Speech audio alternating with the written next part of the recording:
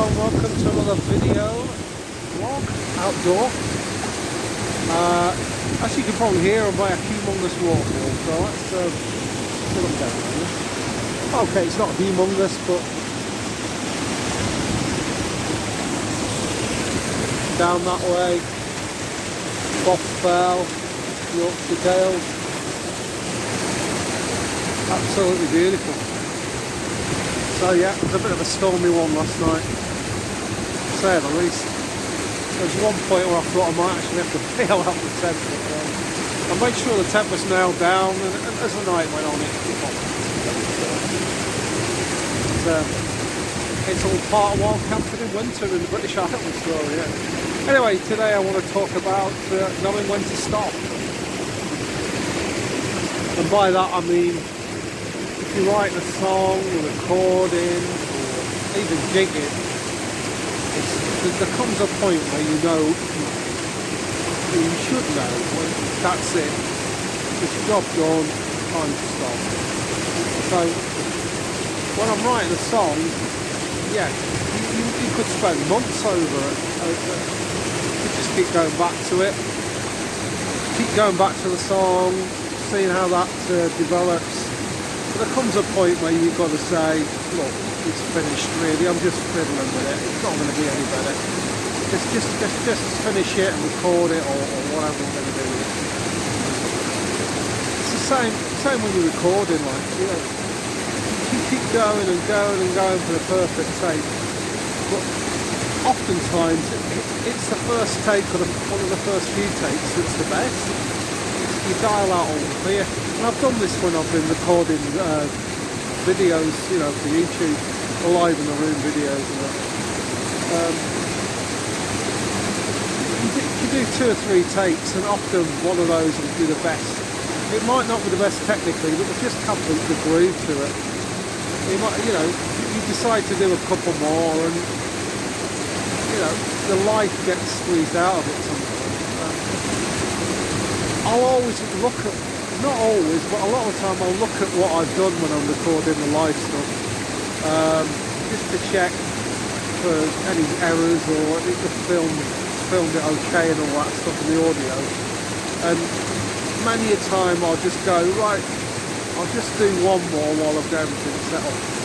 Quite often, to be fair, that can be the day, because I'm relaxed at that point. But certainly, if the vibe's there and the feel's there, don't be afraid to just say, oh, that's it, you know. It might be the slightest fluffer here and there, but, you know, sometimes you can just leave it. Listen to old records where they were just playing live in the room. Is anybody sort of going, right, Keith Richards, oh yeah, he's just on that third verse, 15th bar, you know, slightly missed the chord, slightly missed the note. Listen to the overall thing. So yeah, just you know, be aware. Sometimes you can just go on. I've seen it at gigs as well, where you know, you've got to know when it's time to leave the party. So the gig could be going really well. You know, people might want you to do one more. You do, you know, I've been in bands where they don't like doing encore, so you just left the one in more, right? So I always think it's nice to do one more. If it's a really brilliant night, you might get away with 2 more, but then that's it. That for me is absolute max. Leave it where it is, leave it done, leave it finished. So yeah, I hope that helps in some way, really. You know, you keep going on forever trying to get perfection. Sometimes that can be expensive to feel and the vibe of something. So that's the point of that, really. The second thing is, for me, Victory Sheriff amps come out. Now I own a Sheriff 44. It's a brilliant amp, but I've always been open in my criticism of what's wrong with that amp. And I've been on the Victory amps page, fans page, whatever, many times saying that for me that amp lacked headroom, really.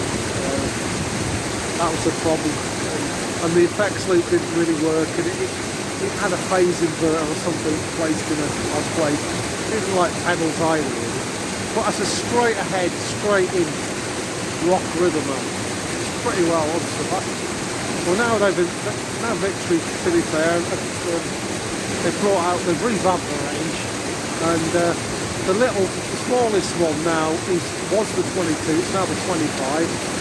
It hasn't got the low power mode on it, but it's got better effects loop, should take pedals better, all the rest of it. It looks an absolute weak crack, and I bet that's really loud enough for most people to mic it up. The surprise to me was the 44's gone, but they brought in two versions of 100 watt. Now the small sleeve one will fit on top of their vertical cab, two 12 cabs, one 12 cab. That's a brilliant thing. What absolutely brilliant amp this is going to be.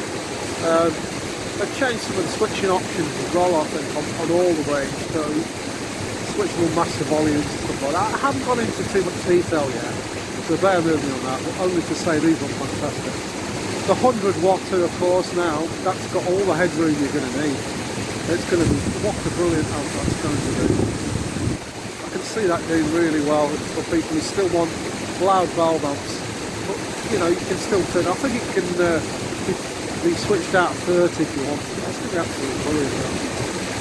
But what really surprised me is you can get 100 watt in now, but in like a large 412 cab sized sleeve, if you will. Don't put on a 412 cab and not the business. That surprised me. I think it's 100 quid extra for that. It looks absolutely magnificent, like a certain brand that begins with M. Yeah. Brilliant stuff. So well done, Victory. They've listened to what people want and they've delivered there.